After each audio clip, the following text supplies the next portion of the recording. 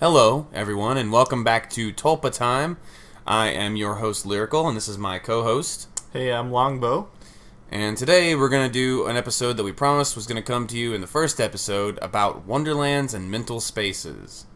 That's right, we're going to talk about some visualization, which is a very basic aspect of forcing. And we're going to talk about Wonderlands, also known as mental planes, mindscapes, dream worlds, whatever you want to call them.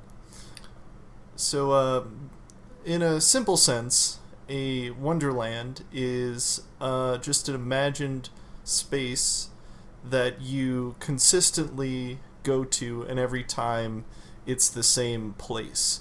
So, for example, a very common sort of Wonderland is like a mountain cabin. Like you have a little mountain valley. It's very beautiful, very scenic. Mountains, maybe there's a lake nearby there. And there's a nice log cabin. It's very comfy, it's cozy. Consistent theme about Wonderlands is that they're appealing to go to. Very peaceful and serene. And you can find parallels to this in a lot of other meditative practices. A lot of people refer to it as your happy place. Yeah. It doesn't have to be about, meditating and getting into a sort of peaceful state.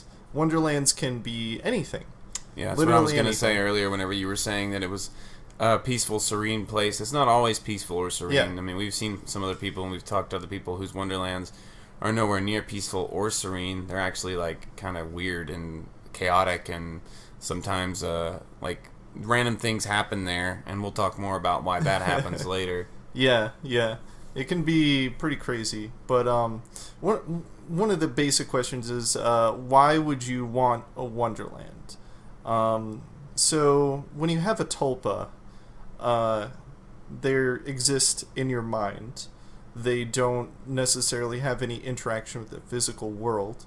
So many hosts feel that they want a place for their tulpa to inhabit when they're not actually focusing on them, when they're not really able to focus on them, or when they just want to interact with them in a more like setting that's more like even. Like we mentioned previously, it's possible to interact with tulpas when they're imposed, and you can have them in a physical space, but of course tulpas are limited in that regard. They can't actually touch physical objects and move them around.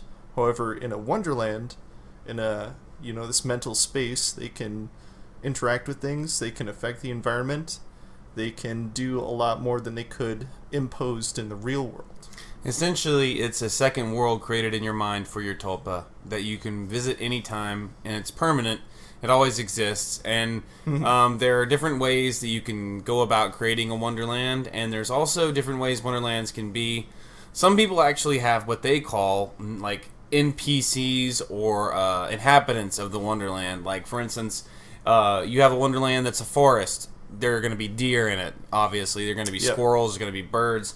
Yep. And that's kind of always a strange thing, too, because servitors in itself, we haven't even explained what those are to you yet, but servitors are essentially mental beings or creations that you have to actively manipulate. They have no concept of self or free will. Like, whenever you are in the Wonderland and you want to write with a pencil, you can make a pencil servitor and you can write with it, or you can make deer that are servitors, and they don't really have the same sort of agency and free will as tulpas.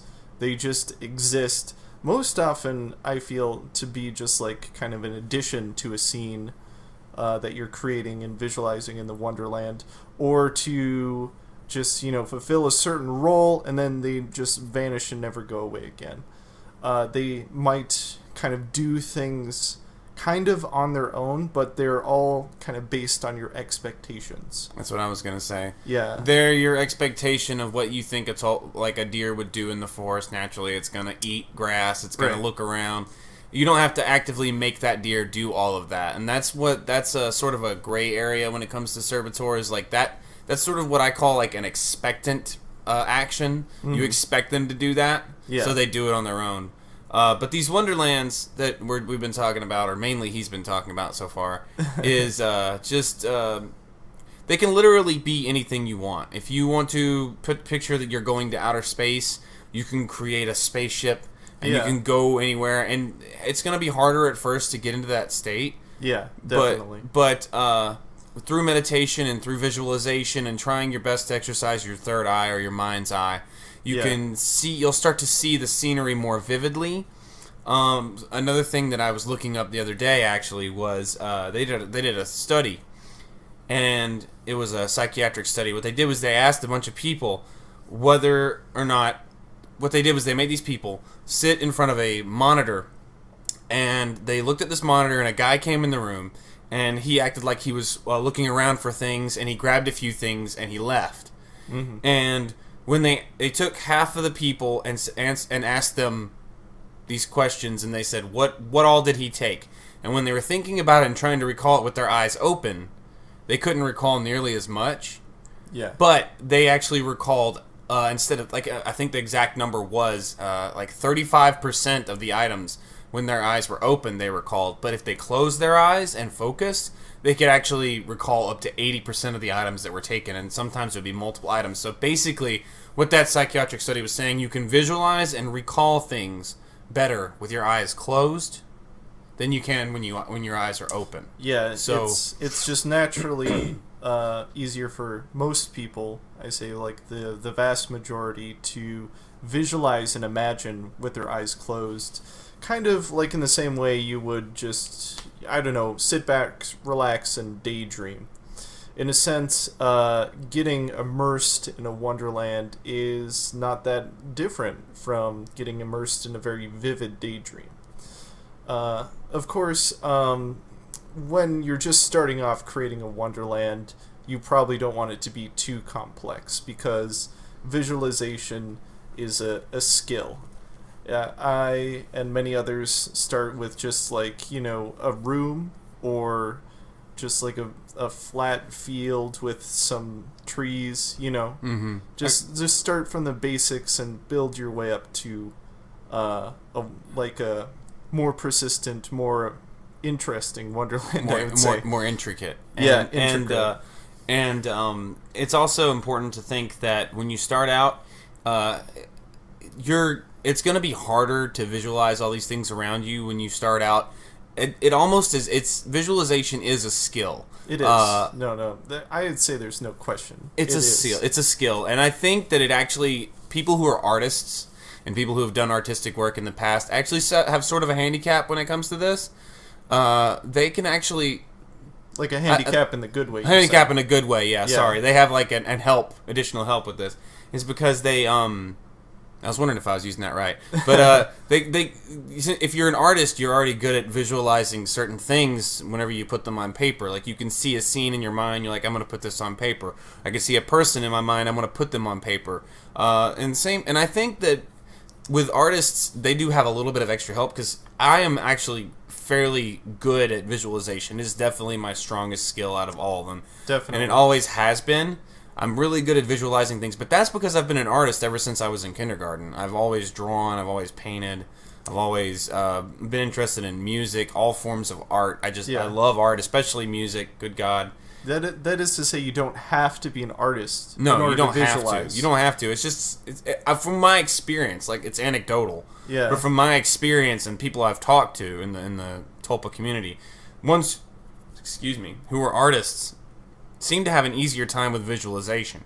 But that doesn't necessarily mean that, like, my rule of thumb always is, if you're better at my eye was itching. If you're better at if you're better at like recalling an image in your mind and you're creating a tulpa, start with visualization first. If you're better at picturing a song playing in your head, start with audio first. Try and get the sound going first. And play off your strengths. And the same goes for creating a Wonderland, And you're not really gonna know what you're strong at first. You just kind of have to try different things and see what comes up. And an important thing is just not to be discouraged by this. You know, it's going to be hard at first. But anyway, like Lyrical is saying here, you want to play to your strengths, definitely. So, like, when you're creating a Wonderland, if you find you're really good at hearing, like, imagined sound, you could try thinking about how the leaves are rustling in the trees. Mm-hmm. You could be near an ocean and listen to the waves. Yeah. You can listen to the wind, and that'll help kind of draw you into the scene and make it more vivid and real. Yeah, you can also go with the whole scene from The Matrix, where you're just in a white room, and you can just visualize a chair. Yeah. You know, and just go, in your mind, go and sit in the chair. Yeah. Or, you know, you can visualize you there, then your Tulpa there, and then your Tulpa can help you, you know, like, visualize certain things. Like, your Tulpa can describe to you what they want around. Like, I want a sectional sofa. And then you have to visualize a sectional sofa, and like, oh no, I want leather. And you have to visualize what leather would look like. You know, like... yeah. And I just want to talk a bit about, like, visualization at its core. So, there's sometimes a little bit confusion about what it actually is or what it means. So, in all humans, unless you have, like, a certain type of brain that just can't visualize whatever... I forget what people those are called. I saw some studies on it. Anyway, it's a very small percentage it's not of a study people. that I've seen. But what people have in their mind is what's called the mind's eye. And basically, when you close your eyes and you think of something and you can picture it in your mind, that's your third eye. That's your mind's eye. Yeah, like when you're reading a book. Very good example. And you like, Harry Potter jumped on the broomstick. You can kind of see that in your mind. That's a very good analogy. Like when you're reading a book and you can see the scene in your mind, like a movie playing, that's your mind's eye. That's your third eye, so to speak. Saying third eye makes it sound hocus-pocusy. Third eye is something different, I think. Well, I mean, saying it like that makes it sound hocus-pocusy, but it's it's your mental eye. It's not like a new age, we're going to transcend... No, it's just a thing that's going on. I'm going to align my chakras and focus my chi to create this Tulpa. Nah, that isn't really required. It's just a thing that exists in the mind. Mm-hmm. And people experience it while daydreaming. Memories. Yeah, when recalling memories. You can see a memory flash before you whenever you think back to it. That's your mental eye, and you know, the more you use it, the more you'll get better at it, and soon, if you want to, we can talk about I guess like half the episode was about Wonderlands, the other half can just be about visualization itself. Or do you think visualization should be an entire episode? We can just talk about it now. That's what I was trying to get into here. Okay. So another thing with visualization is many people have what are called intrusive thoughts. Like they'll be trying to visualize a scene and something will happen that they didn't expect. So they would be, for example, in a room and they open a door to another room and the door like kind of like wildly starts swinging around. Yeah. And they kind of, the more they focus on it, the more it just keeps going, flopping around. And it's just like, stop! I just wanted to open a door. That can actually be pretty problematic whenever you're making a Tulpa, because if you're not if you don't have a concrete idea of what their form should look like in your mind, sometimes they'll jump around and it might scare you a little bit. That comes with just practicing visualization to where you're good at picturing something for an extended period of time. And actually, if you want, we can talk about different techniques that we've seen. Yeah. I mean, throwing it out there. One thing I want to say is that just... It really is a skill, and it's really about persistence more than doing it right, I feel. There's, like, obviously wrong things, like, not picturing anything, but when it comes to visualization, you just have to kind of stay calm, stay focused, and just keep going back at it. Just keep trying again and again. Well... There also comes a point where it does matter, like, if you're visualizing something and it's just not working at that particular moment, you're probably distracted. Maybe you're hungry. Maybe it's raining and the rain's making you think about rain instead of what you want to visualize. It helps if you're in a quiet area. Yeah. And it helps if you've got a place where you can focus the mind really. But by that same token, I've heard and I know for a fact that music does seem to help a little bit with visualization. The only problem is if it's music with words, sometimes that can mess with things. That can distract you. But stuff that's just like electronic music with no words, or if that's not your bag, any type of music that just doesn't have words in it, that's just music, it can help you visualize a scene, visualize something happening. Visualization, there are a lot of things that your brain, can latch onto to help them paint a picture. Because, even if you're the most analytical person, we've all got an artistic side to our brains, Yeah, we're all influenced. We all have an emotional side to ourselves. Yeah. And so, go ahead. Yeah. And I was just going to say, music is just a kind of way to tap into that. Mm-hmm. Just kind of give you that sort of emotional inspiration. Yeah. So another thing, kind of going off what you said, is when you're visualizing, you may want to kind of try just basic meditation first. It's not exactly required to be good at meditation, but learning about it, I believe, can help, especially in the sense of like clearing your mind. Mm-hmm. So one of the most common things about meditation is just getting to a state where your thoughts either flow very slowly and just kind of they're there and then they just pass through your mind and they're gone. You don't cling on to them. Or you get to a point where you don't really have any thoughts. You don't have any sense of I'm thinking about this right now. You don't have that inner narrative dialogue. You kind of are just totally calm, totally at peace in your mind. Yeah. And from there you can kind of work towards, okay, now I want to try to shift towards visualizing this. And for some people, it seems like the most questions you get asked when it comes to visualization, or if it even comes to forcing, is how do I concentrate? Yeah. How do I focus on the thing I want to do? Yeah. And one thing you can do, one little tipperoonie, is to light a candle if you have one, and look at the clear part of the candle just coming off the flame. Yeah. Just coming off the wick of the candle. Yeah. And just look at that part right there and just stare at it and clear your mind. That'll help you. And that might not help you visualize your tulpa or visualize the Wonderland you're trying to create. But it's just a meditation exercise. Yeah, it will be a practice to get you... It'll be a way to practice getting into a state where your mind is clear. Where you don't have all the things...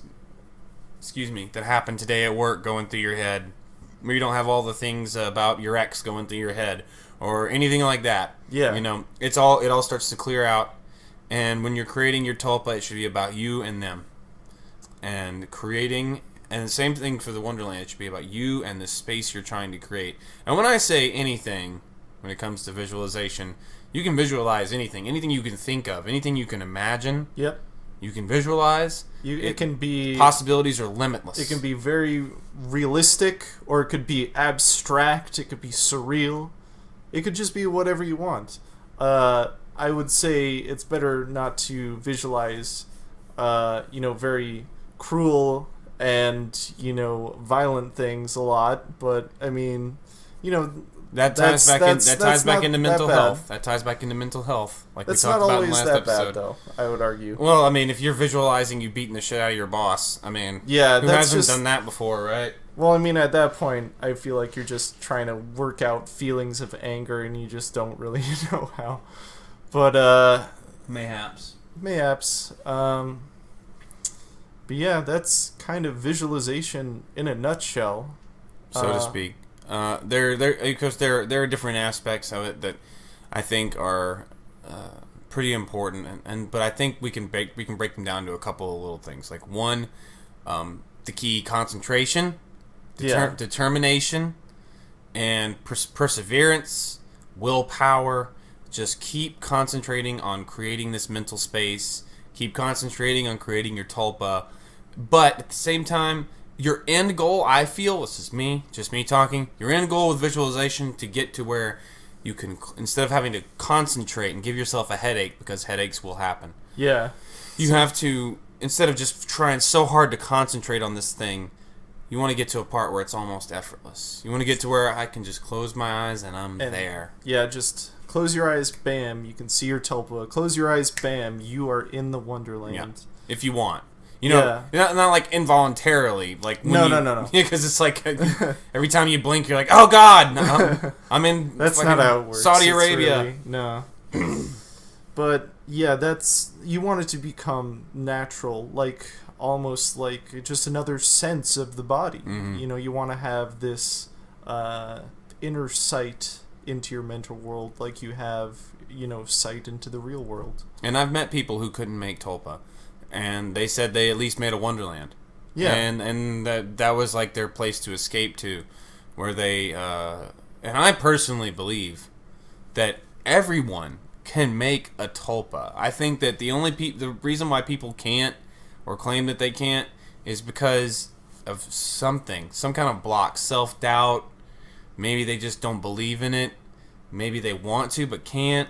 Maybe, I don't know. They just have like some weird thoughts going through their head. They just keep doubting and doubting. But it's everyone's own journey to work through. Mm-hmm. And if you kind of find yourself running into a wall, there's always other people in the community you can talk to, try to get some advice from. Oh, yeah. In general, I would say the Tulpa community is pretty open to giving help, wouldn't you say? I'd say, yeah, for the most part. If you try and go on any threads on Fortune 90 Jedge, reddit.gov.usarmy.mill.esquire.cuisinart.collection.blue.tv. I'm sorry, I'll quit. Now, if you try to go into any of the threads, and people might troll you a little bit, but if you go to, I don't even really know some good resources to really give out where people won't troll you. That's kind of one of the reasons why we're making this, honestly. Well, there's a lot of places, that you can go for help. There's several websites related to tulpas. I guess I'll just shout them out. Sure, why not? I mean, there is one of the most popular, as far as I've seen, it's tulpa.info. They have forums that have been around for a long time.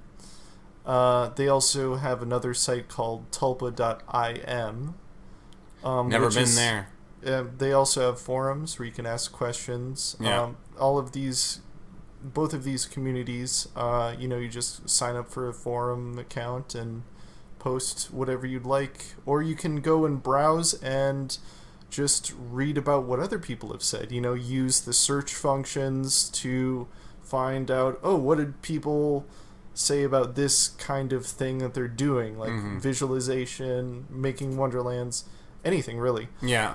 And also, you'll be surprised at the number of people that you see that are actually that are doing this. There are a lot. It's actually a pretty big community, honestly. It's not huge. It's not too massive, but there's a lot of people that actually do this. Yeah, it's one of the reasons I kind of didn't. I became less skeptical about it. Like, if this is just a big goof, a big troll, why are like hundreds of people talking about this day in and day out? Mm-hmm. It doesn't really make too much sense that it's just all big one in joke. Because I mean, what's the point of the joke? Just to make people meditate? I guess, yeah. Make I don't know. Wonderland. I don't know. If Tulpa was a big practical joke, then I've been fooled for 5 years, and I've got Tulpa. Yeah. So. God, my life was changed forever.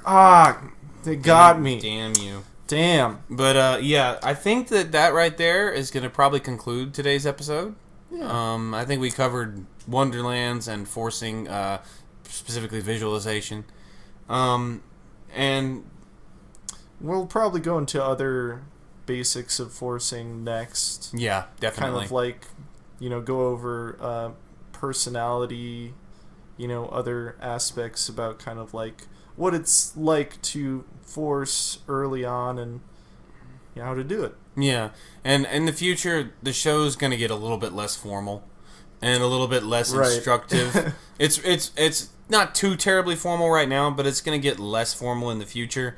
It's going to have more conversational topics, and plus, we're also planning on taking questions from people and answering them here. So if you're listening to this, leave a comment below and what you want to ask, and we'll answer it. We'll answer it to the best of our ability. I think I just set us up for some fun times. If you post dumb shit, we'll ignore it. Yeah. Why are you guys schizophrenic? Because you touch yourself. You guys are gay. Show us your butt. Yeah. No. Okay. But anyway, just leave a question. We'll do our best to answer. And thank you. Yeah. And we'll thanks for listening, and we'll see you next time. This has been Tulpa Time. I'm your host, Lyrica. I am Longbow. And this has been Tulpa Time. All right, adios. Bye-bye. Bye-bye. Did you hear that?